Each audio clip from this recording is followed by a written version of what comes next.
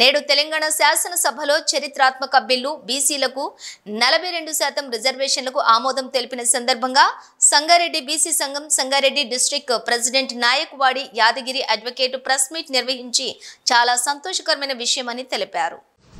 BC reservation bill pass చేయడం చాలా సంతోషకరమైన విషయం. ఇక్కడ పత్రికా సమావేశం నిర్వహిస్తున్న ముఖ్య అతిథి మన పాండన్న గారికి మరియు బాలు గారికి, రమేష్ గారికి, జగదీష్ గారికి, మల్లన్న గారికి, ఇక్కడ విజయించినటువంటి బీసీ సంఘం నాయకులందరికీ కూడా నా శుభాభివందనాలు. ఈరోజు బీసీ కళల నెరవేరింది. ఏదైతే 42% రిజర్వేషన్ ఆమోదం తెలిపారో ఇది పార్లమెంట్లో కూడా ఆమోదం తెలపాలని చెప్పేసి మేము డిమాండ్ చేస్తున్నాము. ఈరోజు ప్రతి రాజకీయ పార్టీ కూడా అందరూ బీసీలు అనేది ఇప్పుడు గుర్తుకొచ్చిండ్రు.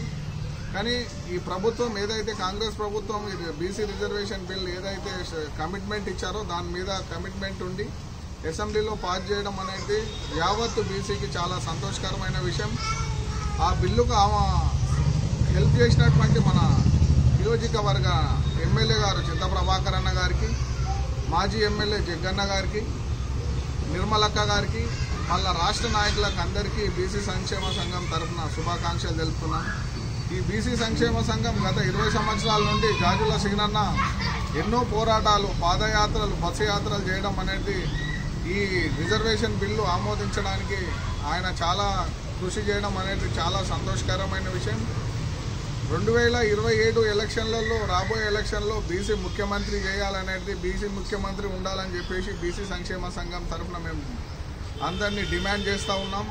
10%, 12% ఉన్నటువంటి అగ్రకుల వాళ్ళు మాత్రమే ఇప్పటి వరకు పరిపాలిస్తున్నారు. కాబట్టి రాబోయే రోజులలో కంపల్సరీ మన ముఖ్యమంత్రి బీసీ ముఖ్యమంత్రి అయితే బీసీలకు అన్ని విధాలుగా బాగుంటుందని చెప్పేసి స్థానిక సంస్థల ఎలక్షన్లలో కూడా 42% రిజర్వేషన్ ఆమోదం పొందినందుకు కూడా చాలా సంతోషకరమైన విషయం. కాబట్టి ఈరోజు ఈ రాష్ట్ర ప్రభుత్వానికి సంగారెడ్డి బీసీ సంక్షేమ తరఫున మేము శుభాకాంక్షలు తెలియజేయడం జరుగుతుంది. జై బీసీ. జై బీసీ. రమేష్.